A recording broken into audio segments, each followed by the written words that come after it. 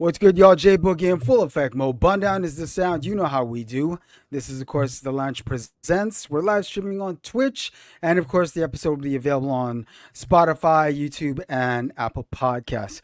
Today, we are doing episode number 150. I literally did not think it was going to go this far. But what better way to commemorate 150 episodes of this podcast than this gentleman right here? The one and only, the alleged legend himself, Birdapres. Thank you. Thank you. Thank you. Yo, thank you, man. And congratulations on your 150th episode. Oh, thanks, man. Yeah, no, legit. There was no plan for it to go this far. It's a milestone. It was literally just for pandemic, because, you know, as you know, it was just for pandemic, just so that we can all, talk to other humans and feel somewhat normal. Yeah, stay connected with people. And you just kept doing it. Just kept doing it because I was like, well, why not keep doing it? And now here we are. I'm so glad we were able to get you in at 150. It took a little bit of like juggling of other talents to make sure we got you on the 151. Scheduling, a little bit of scheduling. Yeah, you know how that works, man. It's a pleasure to have you on. Obviously, we know each other very well, and I think the best place to start is obviously where we always start on the Lounge Presents, and it's to ask you how you were first introduced to hip hop culture.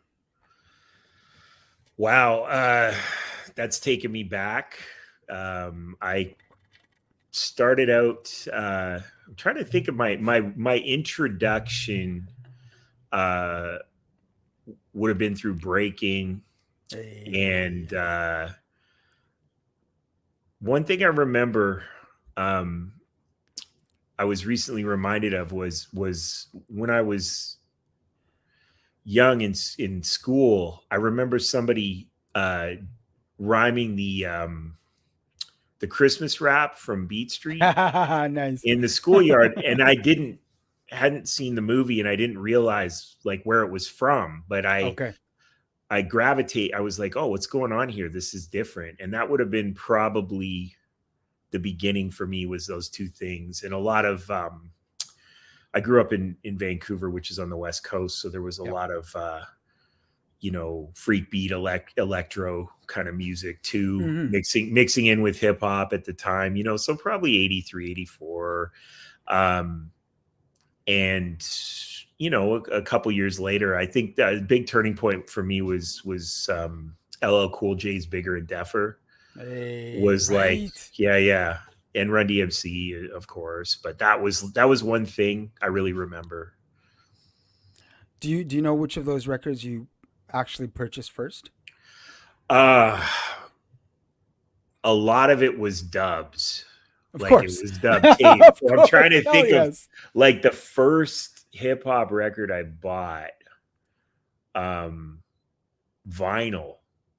I don't think I bought a hip hop record until probably the second Tribe album. Okay. Yeah, so I didn't actually get. I had records, but I didn't have hip hop records. I had hip hop tapes. So like Boogie Down Productions, things like that on cassette. Yes. Yeah. That was going to be my next question then, because I knew you had cassettes. So what was the first hip hop cassette you got? The first hip hop dub or reel, like a purchase one would have been Boogie Down Productions, Ghetto Music. Nice. Yeah. Nice. Okay. Yeah. Okay. But dubs way before that. Oh. Yeah. Hell yeah. Yeah. Going back to like, I remember Two Live Crew and having Lottie Dottie on tape. Right. Different things, but I didn't. It was like actually buying stuff. Like there was a real gap for me because I started buying records. I remember getting Purple Rain on vinyl, and then there was a real gap till I started buying actual hip hop records because I was mostly buying cassettes. Right. Yeah. Dope. Love it. Love it. I'm just going to rewind a little bit, and we're going to touch a little bit on the breaking. Yeah. Do you remember the name of the crew? I wasn't I wasn't in a crew. I just Okay. remember we got together. The breaking crew in Vancouver was the Super Saco Breakers. Okay. And I remember seeing them, and of course seeing the Dynamic Rockers and the New York City Yeah. Breakers and Rocksteady crew on TV. And I remember Yeah. seeing the other thing was the Herbie Hancock with DST at the Yes. time. Those were all Yes. pivotal for me. So I was all very Yes. aware of them. I didn't really, I was pretty young. I wouldn't say I knew exactly what was going on, but I Hmm. remember, it was like, oh, this is very interesting. Yeah. Yeah. What intro like how were you introduced to the breaking originally? Was it seeing them In the live? schoolyard, in the Okay, schoolyard. okay, okay. Yeah, Nice, nice, kids nice, doing nice. it. Yeah, yeah, yeah. And that would have been the start. And then I started seeing it on TV and in movies. But it was very same with the rapping. Somebody was rapping lyrics at school, probably the first time I heard it. Okay. Okay. What were you growing up listening to around the home? Oh man, my dad was really into Pink Floyd. Okay. My mom loved Joni Mitchell, Aretha Okay. Franklin. Nice. Uh, my mom was into folk music. She was on the board for the Vancouver Folk Fest at the Okay. time. So I went and saw Okay. I saw music from all over the world from the time Yeah, I was yeah. a kid. Um, and I grew up in East Vancouver. There were like off Commercial Drive, and there was a lot of different sort of international influences in music Hmm. around too.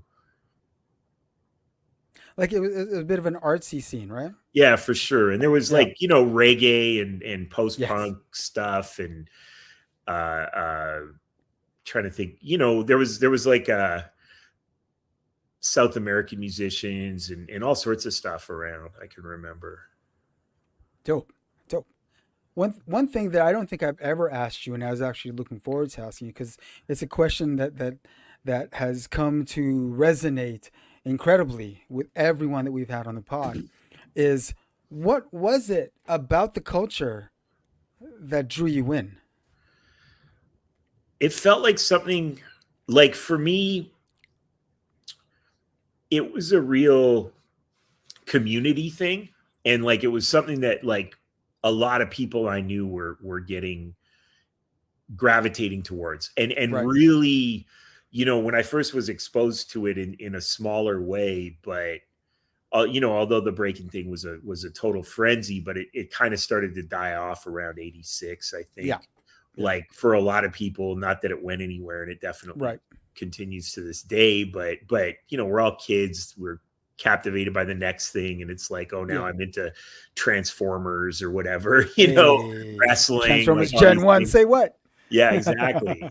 And but after that, I think when like I said, when LL Cool J came out, me and my friends would just listen to these tapes, and it seemed like a real.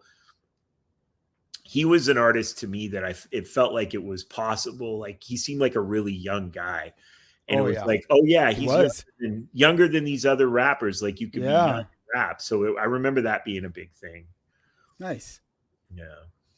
Now, after having discovered hip hop and then the culture surrounding hip hop and seeing the different elements, what was it that sparked in you that something that made you say, you know what, I think I want to start writing some bars. I think I'd like to pick up a mic.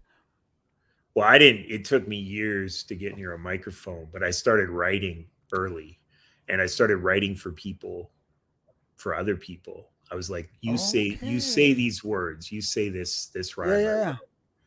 you know, and that was the beginning. And I remember we started having, like, I think, maybe in the early 90s, 91 or so, I started rhyming in ciphers and publicly. But before that, it was all just at home. And I was very slow to, you know, rock out in the world. I was like, I'll write for you. I wrote you a verse. You say it. Mr. And Ghostwriter over here. exactly. And that went on for, probably 87, 88. I was like, you here's some lyrics, like say them or whatever. You say them, and of course it it didn't develop into anything. I wasn't writing for anyone who was particularly out there, just my friends. But I was like, Yeah. oh, when you say this rap at the party, people will like it. Um, and then yeah, probably 91, 92, I started, it's like, oh, we're at a SkyTrain station or something, and a bunch of us are rhyming, and I'd jump in and rhyme. And then by about 93, I'd say I was, at open mics and getting on stage and stuff. Right. How did the association with moves come about? Oh, that was way later. Do you want to skip ahead or do you want to get to that? No, no, we'll trail back. Okay, cool. Oh yeah, no, we'll I trail met back. Brian. I met Moves through there's a guy named Tom Quinlan. He had Yes, Han full Solo. hand solo records in Toronto, and he had interviewed me, and I was looking for a change. I was living in Vancouver at the time, and he was like, "Oh, I'm looking for a roommate," and I'm like, "Oh, I'm looking for a place to live," so I moved to Toronto, uh, and just wanted to change of pace, and so that connection, he introduced me to Fritz the Cat, who had Hey, In ooh, I haven't Divine heard that Style. name in Yeah, forever. yeah. In Search of Divine Styler magazine, Yep. and he introduced me to Mark from the band Len, who Okay. did Steal My Sunshine, Yeah. and I met Derek from Hip Club Groove and Mark, who were working together on stuff at the time, and then basically through associations with them, I met Moves. There you go. There you go. Yeah. Shout out Cryptic Souls crew, obviously. 100%. Oh yeah, and Planet P and Yep. Obi and everybody with Cryptic was also a big part of Salute. that. Yeah, 100%. Dope, dope. Going back to the West Coast before Toronto. What year did you drop your first record?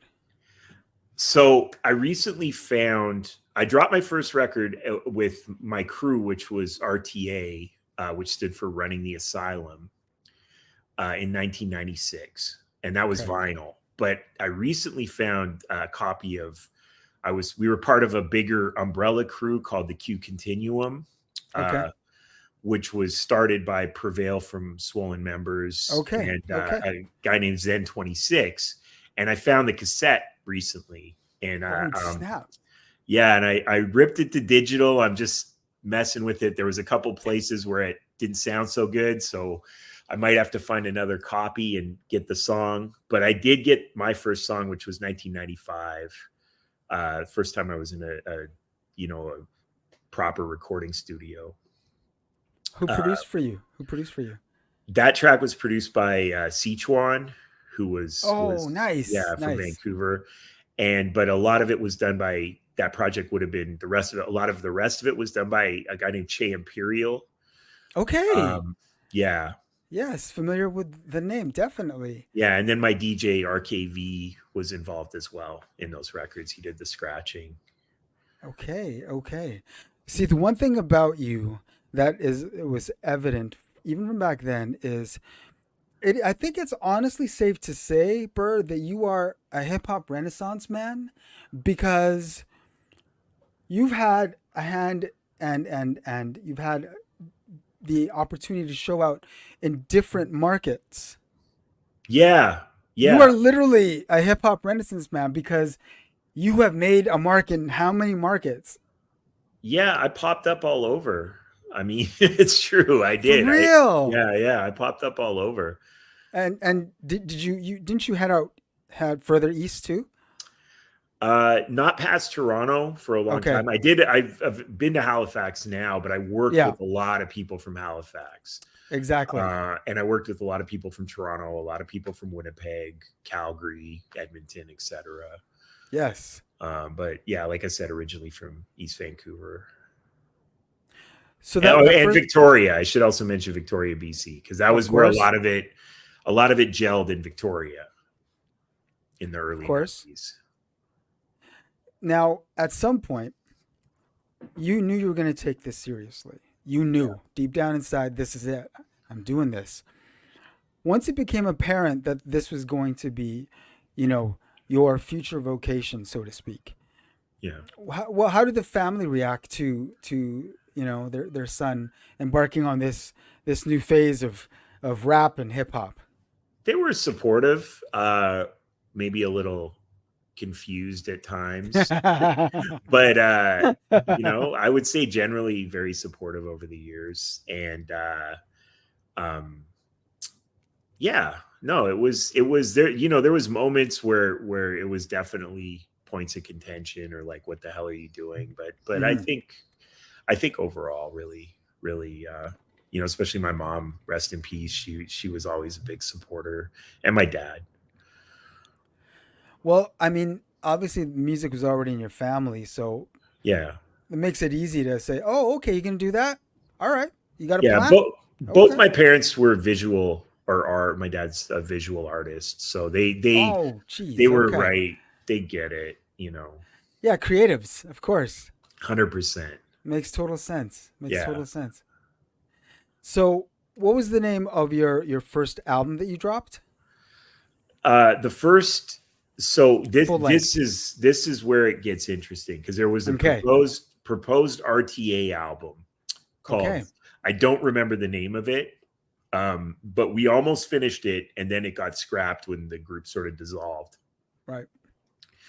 Me and RKV reconvened in 97 and put out a 12-inch single with 3 songs, Checking For You, which was produced by a guy named El Precise.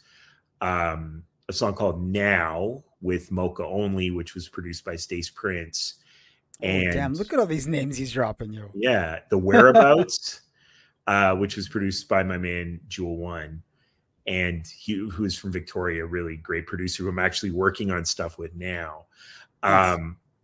And we did a bunch of other material. And then when the 12-inch came out, I was like, oh, this is going to be a proper album.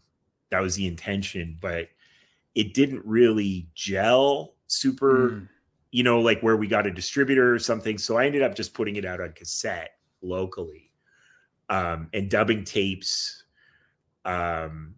We dub tapes ourselves. Of Uh, course. Yeah. and the original of that, I Mocha only drew the cover. He Okay. and so it's got his sort of artistic flair to it, his style, that a lot of his old cassettes were. And then it featured a bunch of my friends on it, a bunch of producers, um, and a couple. I'm trying to remember MC wise who was on that, because there's a few people on the RTA record, but a little foggy there. So that would have been, sort of officially my first Nice. record. Nice. Yeah. Do you remember showing to the family like, hey, guess what? Here it is, my first one. Definitely the 12-inch singles. That was a big Nice. deal. And it like, to this Yeah, that's day, a I'm huge like, deal. we were like, the first one I put out, we were like 20 years old, like Yeah. we didn't have like a deal or nothing. Like, we pooled money together. Yep. And the second one was much the same process. Like, it was a group effort. Um, and yeah, it's a crazy thing to think about, because I can't imagine being 20 years old and getting a record out Ah, now. for It seems, real. and then another one a year later, that to me, that's a certain type of achievement, For sure. especially Definitely. back then when things were, especially in Western Canada, there wasn't like Yes. a lot of, there wasn't industry support or anything. So you ended up doing things underground and independent Yep. out of necessity, right? Yep. Definitely. Which is still hip hop. Yeah, and you end up, the thing is, it makes you more that way. I Yep. think over Yep. time, you're just like, that's how it is. Do you remember what year you played your first live show? Proper live show? When you Proper were Live Show was showcasing, yeah, good set. 1994 in Victoria Okay. at a schoolyard, and my friend, at the time, he went by Flo. I think he was known as Mr. Pucka for a long time. He put the show together, and I remember, I still have the flyers somewhere. I keep these Nice. kinds of things. Yeah, I have a crazy flyer No, you collection. should, man. You Yeah. totally should. Yeah, all sorts of stuff. But anyway, that was my first show, and it was in like a school. It almost felt like a school cafeteria or something. And I remember the crowd was a little. There was a couple people that were a little antagonistic, and I sort of won. I didn't. There's one guy I remember I didn't win over, but I got everyone else, I think. And around that time, I played a show at the New York Theater on Commercial Drive, which is where, I mean, that was like where Nirvana's first show in Vancouver was. It was a pretty This is a proper venue, yeah. Yeah, special place. And it was more of a open at the end of somebody else's set. A bunch of us freestyled. And I think, I remember like probably a year or two later, the Alcoholics played there. Like it was like it was a pretty decent venue. Yeah. There you go. There you go. So fast forward a little bit. Now what year did you move to Toronto?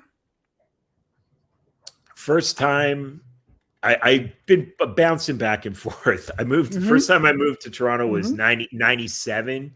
I stayed here for about 6 months. Okay. And then I moved back around 2000, 2001. And I was here for a little over a year. And then I moved back here in 2016, and I've been here since. Right.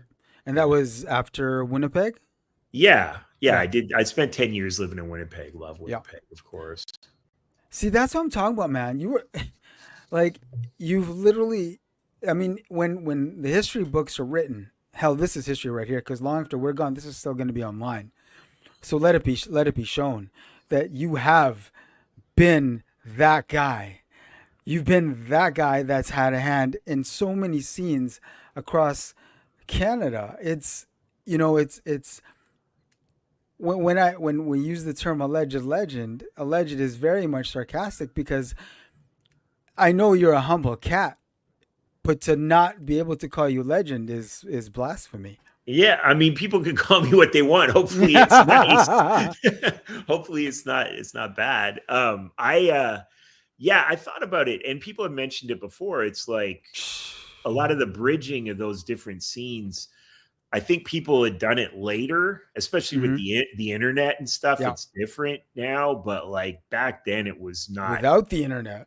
Yeah, it was not very common to be working with people in all those different places and scenes, and it was very insular. It's like to be like, it's like, oh, we're in the mix, and definitely, the groundwork, especially when I came to Toronto, like Mocha had been out here a couple times, and we were roommates at that point for a bit, and he was like, oh, I'm going to Toronto, and you should talk to this guy when you're out there, and he linked me with Planet P from Cryptic, and I met DJ Sirius and everyone around that time.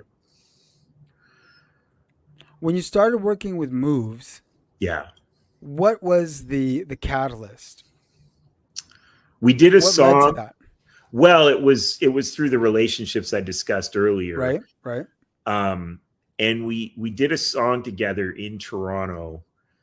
I think I was maybe in town for a video or something, and he had this attic sort of 4-track studio. Hey. In I want to say it was in Little Italy, like near college. Yeah. Yo, man. Back then, very different scene there. I know, man, but damn, just you saying it brings those great feelings. Yeah, you could totally remember how college was at that point. It was a lot of fun. And we were in this attic, and I remember he had all his records up there, and this, what they refer to as the Cadillac of 4-tracks. It's like this Akai 4-track. It's just an absolute, dream. It had like a leather or like faux leather pad for your arm when you're using the faders. Like amazing machine. And he had an S950. And one of the things that tripped me out, not to get too into little technical details. Go there.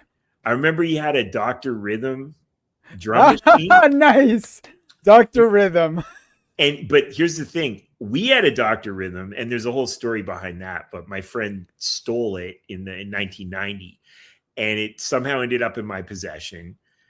And I was always like, I don't know about these drum sounds, sort of cheesy. Yeah, yeah. But when I go to Moves' house, there's two points on that. When I go to Moves' house, he's using the Dr. Rhythm to trigger the S950, and I'm like, okay, I didn't know you could do that with that. I would have kept it, right? Right. Yeah. So that was funny. And then my man Jewel One ended up with it. So he had the drum machine for a while too. But Moves had this beat, and it was this song Bird Is that we did. And it was this crazy beat. And I just remember writing the lyrics, and it came together. It was like, boom, it was just done. It was like he added some scratches. It was this finished song. And on the 4-track, and then it was a big stretch of time before we worked on something else. But when we did, it was just like he had moved out to Vancouver. Yeah. And when he was in Van, I was he had a place he was living in North Van. And I'd catch the C bus to North Van and go record. And we did the rest of Alleged Legends up there. Nice. Now, fast forward a little bit, and you spent some time in Winnipeg, obviously. Yes. You wouldn't know that it was a decade that you were here. You know that? I wouldn't know, but it was definitely a decade. It's almost been a decade since I've been in Toronto. So it's an extra, does a number on my brain, because I'm like, that's like 18 years of my life now I haven't lived back home in Vancouver in so long. And I get really homesick. I miss the ocean. I miss the mountains. I'm going back for a bit. So I'm happy. Okay. Good for you. No, that's good. Yeah. It's a beautiful place. I mean, I love being everywhere. I'm just into exploring and experiences, but really? Yeah, man, you know this. I mean, I love digging for records and all sorts of, food, finding good food spots. But I moved to Winnipeg. It was 10 years. Yeah, it was 10 years out there. How did your relationship with McEnroe and Penis and Corn come about? Well, that was interesting, because I met Roddy, I met McEnroe separate from this. Like, I was at Robson and Thurlow in Vancouver, which at the time was sort of like we used to call it popcorn, because it was like the pop-in corner. And it was like where, everybody ended up there. So you'd sort of hang out there and run into your friends or whatever. Yeah. And, we're in our early 20s. It's a very different thing. But I remember, for whatever reason that day, it was a strange day, but I think, who the hell was there? Like, Soul from Anticon rolled up, and Kirby Dominant from California just showed up just randomly. Randomly, all these people. And we're like, oh, this is weird. And then I met McEnroe, showed up, and I was like, oh, I know about you. And I think I gave him, or maybe I even sold him a tape, but I'm pretty sure I gave him a copy of this album I had called Bird Reynolds. And it was like an underground tape I did in Vancouver. Yeah. And he had the tape, and then I guess Moves had been talking to him, or we weren't quite done. We'd sort of started Alleged Legends at this point, and he was telling McEnroe, oh, I want to put this out on a cassette. And McEnroe was like, listen to the album, and really liked it. And he was like, I want to put it out on CD. Hey. And so we were like, yeah, for sure. And so that's how that came about. And then from there, he started asking me, maybe even a little before that, but he started asking, he's like, oh, do you want to be on this song? And I had this thing where, and he can attest to this probably more than anybody, but he would call me and be like, you want to be on the song? Here's the beat. I popped the beat in my Walkman and ride the bus over and write the rhyme on the bus to his house or on the SkyTrain and record the song and and like one or two takes or whatever, and it was like, and he was just like, wow, you could do this is crazy. And then he just started asking me to be on more and more stuff because I was able to do that at the time. I don't know if I could do it now. I should challenge myself, actually. As if you couldn't. Come on. Yeah, I'm not quite as, I'm no spring chicken. Yeah, but that's inherent. That's your it's artistry. True. It's true. Dog. I think if I practiced, if I did it once or twice, I could probably do it. But that was the thing I did. Like, I remember one of the craziest ones like that was I booked a studio session that, like paying money, recording it was on 2-inch reels, and I had the beat and I wrote the song on my way to the studio, which is just like, that's just like gambling to the nth degree. I'm like, what if I didn't get it done? Yeah. and then you're paying, whatever, hundreds of dollars for the session. And 2-inch tape was like, I don't know what the hell it was, $150 for 20 minutes. Yeah, it wasn't something like super cheap. Yeah. No. So it was a funny thing. But yeah, that's how long story long, that's how we got going. Nice. So we're gonna fast forward a little bit. You leave Winnipeg and you go back to Toronto. Yeah. So this time around, you stayed in Toronto a little bit longer. What was the draw?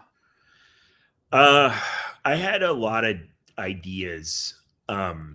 One thing I wanted to sell records here because good market. Yep. Yeah, good market. Bigger place, more people, more collectors. I knew a lot of people here, and I was like, so that brought me here. The food definitely brought me here.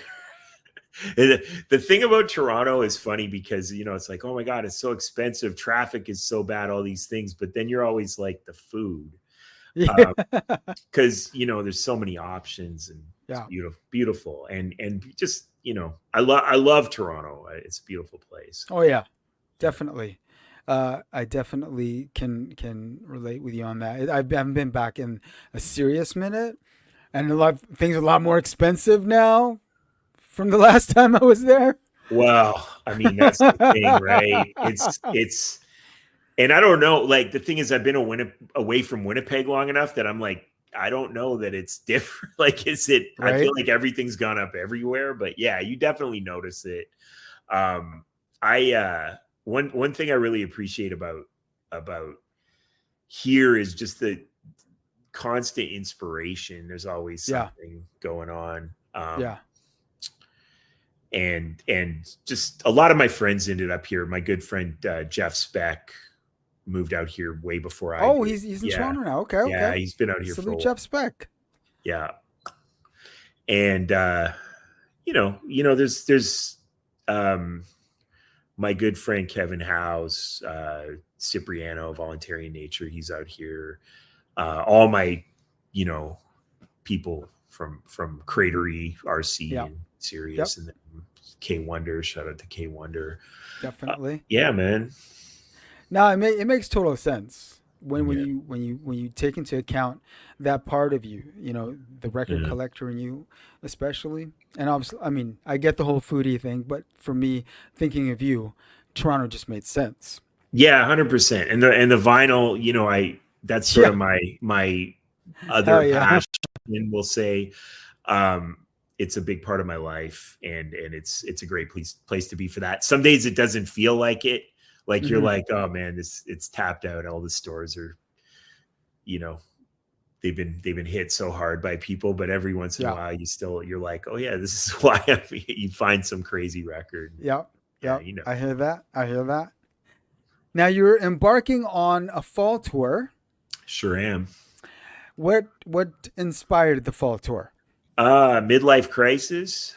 Midlife crisis. What is that? I don't know, man. I was like, it hit me. I was like, you know what? This is what I do. I do this. And in order to do it, you have to go out in the world and do it. I can't just be like a guy sitting at home, with my Ableton or whatever, just recording rhymes and this, that, and the third. I was like, in order for me to stay inspired and be active, I need to be out in the world. And I feel like it's like all the things I played a show here on Friday Mhm. with Ghetto Socks and K Wonder DJ'd. Yeah. A place called Black Space in Queen West, close to Parkdale. And Okay. it's one of those things where until you, because that was the first show I played in 6 years. Damn. Yeah. And 6 years. Woo. yeah. And the last show I played was at Lee's Palace, I think. And, pre-pandemic, and then pandemic happened. And after the pandemic, I was like, I don't know about, I've been traveling, but I was like, I don't know about playing a show. I'm not sure what the audience is like. I was kind of curious. And so we did this thing on Friday, and I was really happy with the way it went. Nice. But one thing I really noticed is that without that direct feedback from people and the interaction between you and the people you're performing for, you're kind of in a vacuum, you know? I get that. Yeah. And so I feel like doing that inspired me to do more, and I'd already planned it, but I was like, yeah, I really want to go. I want to go places. I want to play shows. I want to engage with different audiences, and types of people. And, it was, as I said, Ghetto Socks performed, but another rapper showed up, Icon the Mic King. Oh, damn. Yeah. And just I haven't heard that name in like. Yeah. And he freestyled. He just was like, hey, can I get the mic? And freestyled in the beginning, like before the show, and just ripped it. And I was like, man, this guy is crazy. And I knew who he was. I knew his music, but to see him live like that and just off the cuff was real cool. Yeah. And things like that don't happen when you stay in your, yeah, in your own little bubble. For real. Right? Very true. I know exactly where you're coming from, because coming out of the pandemic, that bubble that the pandemic was, coming back out and like doing things and playing out felt like natural but weird at the same time. Yeah, and the time goes by, I think, like a couple years go by without the normal back and forth, and suddenly everything feels a little out of sync, and you're just like, okay, I got to do my best to finesse it. And I think that really now it's really interesting, because it just feels somehow, I don't know how, I can't quite articulate it, but I just feel, I'm like, things are a little different, and I don't know if it's just that. There's a number of factors, the way people interact with music, whether you're DJing or you're putting on a show, or you got a live band. I think the way people interact with music since these leaps and bounds and advances in technology and everything is just really different. And I'm a real analog, Luddite type. Like I love tech stuff to a point, but I'm like, I like when things are, I like being, I would say obtuse on purpose, like just being a little bit ignorant of things, I get it. Just to keep it interesting. Yep. Nah, I know exactly where you're coming from. Trust. I was the slowest to pick up to Serato. Yeah. Right. I was the slowest. The last guy I got it. No, for real. Like I'd go play out gigs with Oldfield and Quadratic when we were doing the bun down thing. Yeah, they're all just bringing their laptops and I'm dragging records. Yeah. You're like, these are so heavy. No, and trust me, I've moved. I have no idea how many records I've carried in my lifetime. Like at this point, between everything, it's just like it's comedic. Like it's like they're so heavy. I've always said like I'm probably going to die under a pile of records. Like it's. I don't want to tell nobody, but I'm going to say it's mostly in Toronto. Okay. I have a couple straggler records in Vancouver, and then in Winnipeg, and then I'm building a special crate in Victoria Oh, for this nice. project me and my friend are working on, Jewel One, where it's called 12-inch Okay. rulers. So I'm building a crate of like my favorite 12 inches for that, and that's a Okay. long term sort of, whenever I find something, I'm like, oh yeah, that's got to go in there. Yeah. Yeah, I like that idea. That's actually a dope idea. yeah, Now for the tour, you are you are pressing up some cassettes, yes? yeah. I'm literally dubbing them myself, and I'll tell you why. Because, and this is no knock to anybody, I don't entirely like modern manufactured tapes. Okay. I find them a little clattery. I don't know how else to Like sound wise? no, like the actual when Okay. you hold them and Like the shake them. product? Yeah, they're like Okay. kick, and I'm like, it's iffy. And then a lot of people tell me it's like, oh, I bought this new tape and it's unspooled or snapped or whatever. Oh, damn. This is just a personal thing. I don't know if that's true. It's anecdotal, as they say. Yeah. But part of me just is our product endorsements okay? No,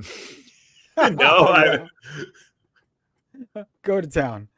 Hey, you can't go wrong with a good Maxell. What? I'm saying, and so I'm just dubbing up Maxells because I'm like, they're reliable and Yeah. I know unopened from the 90s or Yeah, whatever. nah. It's You like can't go wrong. that's what I'm working with. What are you putting on the cassettes? So 2 projects I did, the Right. toothpaste EP, which I've actually had remastered for vinyl, and I plan on Nice. releasing on vinyl, but it might be a little while. And then a record called Catch an L, and they're both, the reason I'm doing them is because they're both self-produced. So I did all the Okay. beats. I'm like, Nice. this is all me. Nice.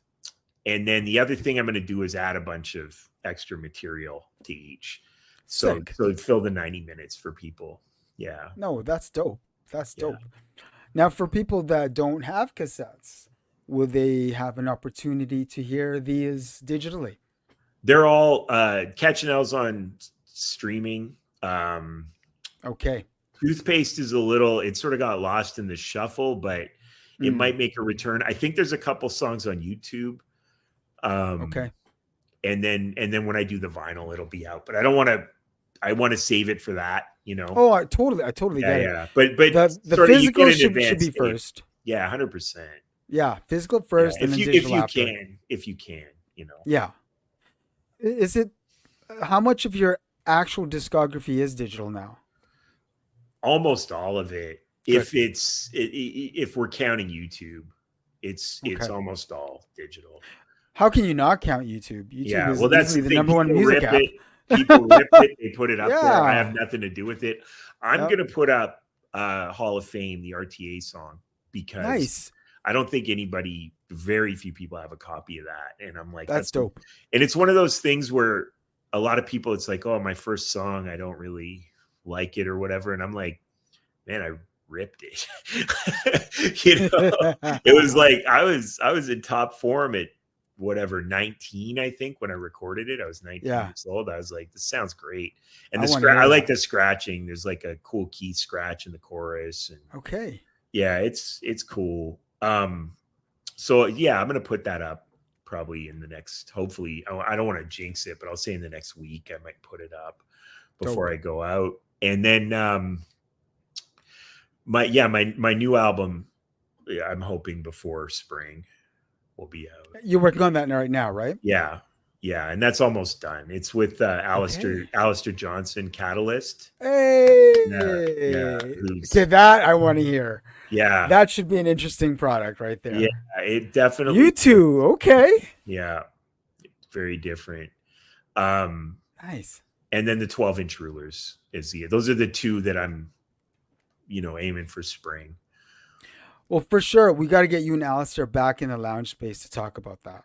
For definitely. We definitely got to do that because, I mean, the fact that you mentioned that you're doing it with him, okay, this you've already got my curiosity Yeah. peaked. You know what I'm And saying? and the other thing is I think it's a very different approach for him, and you'll hear it and you Okay. can see that. But we we we came up with some theoretical framework for the record in terms of production and rhyming and different equipment that he was using, and there's a lot of thoughtfulness that went into it. Okay. Nah, I'm definitely looking forward to that. Most def.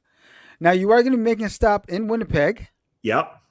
this Friday, Friday. right? At Into the Music, your old stomping grounds. Yeah, I used to work there, and I'll be doing an in-store. Excited to do that.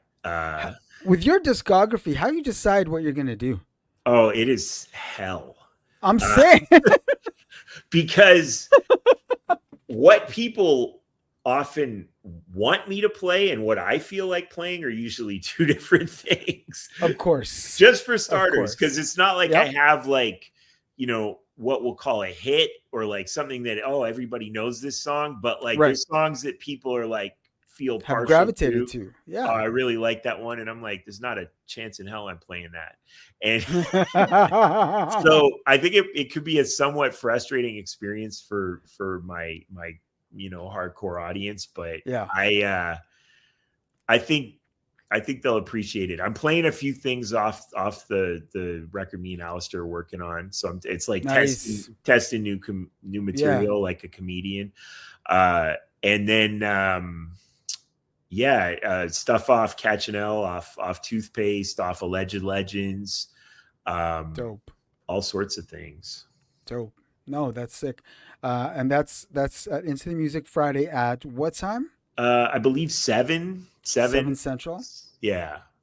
Nice, nice. Yeah. And are you like right out right after the show?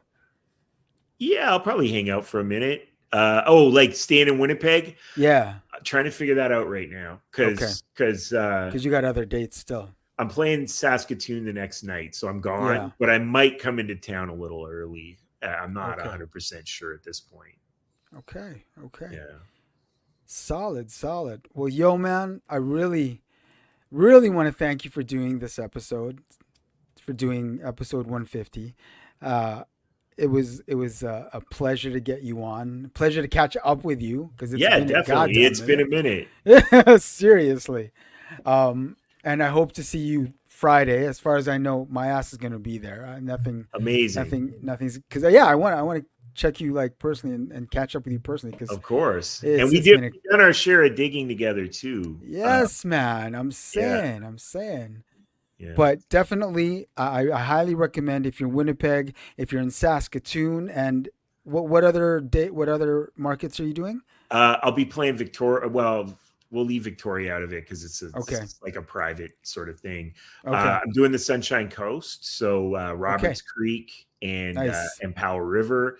So I have a feeling I'm doing something in Vancouver, but uh, it's I'm unsure what yet. But I will be okay, playing Vancouver, nice, even nice. if I'm setting up in a schoolyard like we used to, or Right? Yeah. No, definitely. like some picnic tables in a park or something. I'm going to bring Oh the sound yeah. system out. That's just how I do. So This is hip it's hop. yeah, Yeah. exactly. So I have no idea what, but there will be something in Vancouver, and I'll put it on social media, etc. Exactly. And for anyone who is in any of those markets, definitely go and check him out. This guy is a phenomenal MC. He's a great entertainer, but he's like a subdued entertainer. Like you know what I'm saying? You're like that subdued guy, but Yeah, you still know how to rock that stage and rock that mic. yeah. So it's Thank you. definitely a good show worth catching. If you're in Winnipeg, without saying, you really should be there. I mean, Yeah, that's appreciate you saying that, and yeah, please come out. It'll be fun. The thing about it is, I was like, it's such a meeting of different things where it's like, oh, performing at a record store. It's like I've done it. I think I played a show at a store here, Sunrise maybe, okay. or Rotate. I did something. I did an in store. Yeah, Sunrise Records. It's the same kind of thing, right? It's like I love it.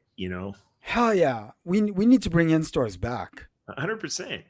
If I the mean, stores are I know there. people are doing them. You know who does them? I Yeah. think a lot of people do beat sets at stores. Yes. And I've That's seen definitely that. the wave. Yeah, yeah. So I'm gonna, but I think I want to play more in stores. I think that would be dope. Yeah, I mean, it's just used to be such a regular thing. 100%. Yeah, You know what I man. mean? And then, marketing went the way that it went, and then the internet Yeah, came. So whatever. yeah. People But get scared. They get scared. They're afraid of yeah, being in store. It's too. Somebody could walk up and start talking to you. You know, it's like not like you have a big stage and you're, you know, yeah. one of those things, right? That kind of intimacy, though. Mm-hmm. That kind of intimacy, you can't duplicate that kind of intimacy. Yeah, people need. People. I think people appreciate it. They're like, wow, I can. It's like a coffee shop or Yep. whatever it is. It's Yep. amazing. Yeah. Definitely. All right, man. Well, respect to you. Respect to Salute. you. Oh man, nah. This guy, I can say a million good things about you, but at the end of the day, if people are aware, if you know, you don't need me to throw the platitudes at you because people already feel that way about you anyway. Yeah. Well, thank you for saying that. For real. Friday, Into the Music, 7 p.m. if you're in Winnipeg. Make sure you catch that. Saskatoon, Vancouver, Sunshine Coast. Make sure you catch those shows if you're out in those markets. Yeah. Bird, thank you once again. We'll definitely get you back in the lounge space to talk about the new record. Yeah, 100%. And But that's in the coming months for sure. exactly. But until Friday, man, I'll see you Friday. All right. I'll see you Friday. Respect you, homie. Respect to you. Peace. Peace.